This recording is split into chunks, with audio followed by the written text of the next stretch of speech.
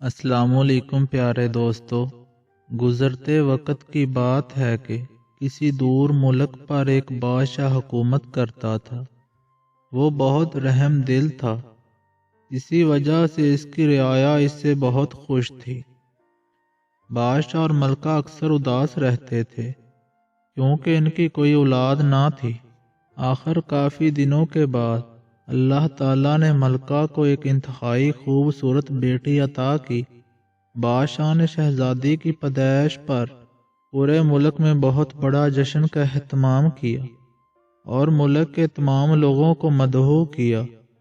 اس ملک میں کچھ پریاں بھی رہتی تھیں۔ بادشاہ نے ان 7 پریوں کو بھی مدعو کر لیا۔ دعوت والے دن 7 کی بجائے 8 پریاں موجود تھیں۔ دراصل ایک بہت ہی بوڑھی پری کو بہت دنوں سے کسی نے بھی نہیں دیکھا تھا، اس لیے سب سمجھے کہ وہ مر چکی ہے۔ اسی وجہ سے بادشاہ نے اسے نہ بلایا۔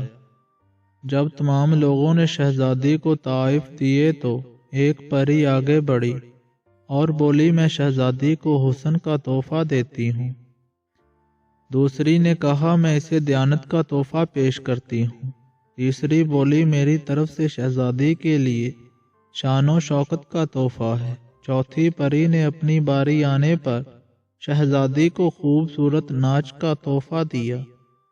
پانچویں پری نے خوبصورت آواز، جبکہ چھٹی پری نے موسیقی کا تحفہ پیش کیا۔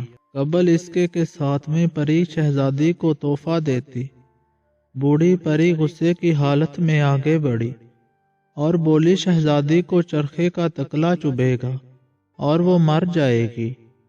بادشاہ اور ملکہ یہ سن کر رونے لگے اور تمام رعایا غمگین ہو گئی۔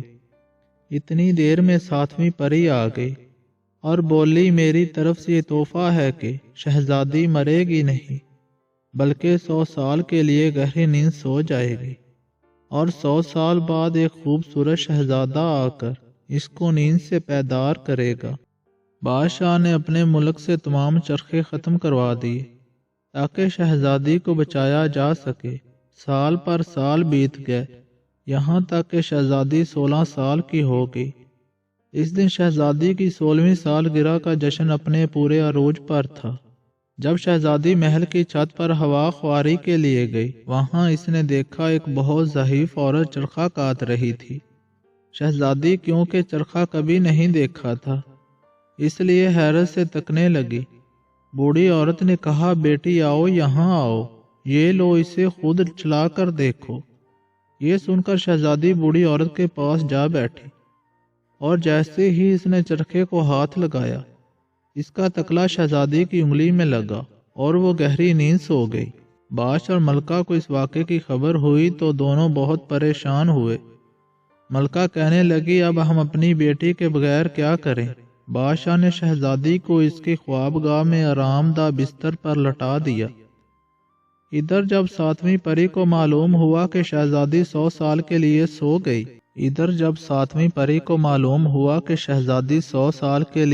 گئی، تو وہ سوچنے لگی، شہزادی جب نیند سے بیدار ہوگی تو اس زمانے میں اس کو کوئی بھی نہیں جانتا ہوگا۔ یہ سوچ کر اس نے پورے محل پر جادو کر دیا۔ اس جادو کی وجہ سے محل میں موجود تمام جاندار سو گئے، حتیٰ کہ شہزادی کا پالتو کتا جو اس کی خوابگاہ کے دروازے پر بیٹھا تھا وہ بھی وہیں سو گیا۔ پری نے جادو کے ذریعے محل کے گرد اونچی اونچی دیواریں بنا دیں اور ان دیواروں کے ساتھ لمبے لمبے درخت اور بیلیں اگا دیں تاکہ کوئی محل میں داخل نہ ہو سکے۔ ایک روز ہمسایہ ملک کا شہزادہ شکار کھیلتے ہوئے اس طرف آ نکلا۔ اس نے محل دیکھا تو پوچھا، یہ کس کا محل ہے؟ لوگوں نے بتایا کہ یہ جادو کا محل ہے، اس کے اندر ایک شہزادی 100 سال سے سو رہی ہے۔ جو شخص بھی اس کے اندر جانے کی کوشش کرتا ہے وہ زندہ واپس نہیں آتا۔ شہزادے نے کہا، میں ضرور اس محل میں جاؤں گا اور اس کا راز جاننے کی کوشش کروں گا۔ لوگوں کے بہت سمجھانے پر بھی شہزادے پر کوئی اثر نہ ہوا اور وہ محل کی طرف چل پڑا۔ محل کے قریب پہنچ کر شہزادے نے جوں ہی درختوں اور بیلوں کی شاخوں کو ہٹانے کے لیے ہاتھ آگے بڑھایا، وہ خود بخود ہٹتی چلی گئی اور شہزادے کو رستہ ملتا گیا۔ شہزادہ یہ دیکھ کر بہت حیران ہوا چلتے چلتے شہزادہ محل کے دروازے پر پہنچ گیا۔ اس نے ابھی دروازے پر ہاتھ ہی رکھا تھا کہ دروازہ بھی خود بخود کھل گیا۔ شہزادہ دروازے سے اندر داخل ہو گیا۔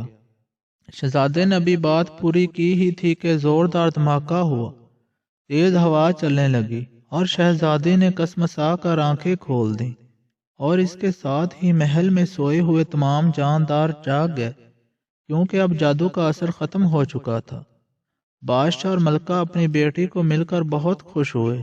سب نے مل کر شہزادی کی 16واں سالگرہ منائی، کیونکہ 100 سال گزر جانے کے باوجود سب لوگوں کی عمریں وہی تھی جو ان کے سونے سے پہلے تھی۔ شہزادی اور شہزادہ خوشی سے جھومتے رہے۔ کچھ دن بعد دونوں کی دھوم دھام سے شادی ہو گئی اور شہزادہ اپنی شہزادی کو لے کر اپنے ملک روانہ ہو گیا، جہاں دونوں ہنسی خوشی رہنے لگے۔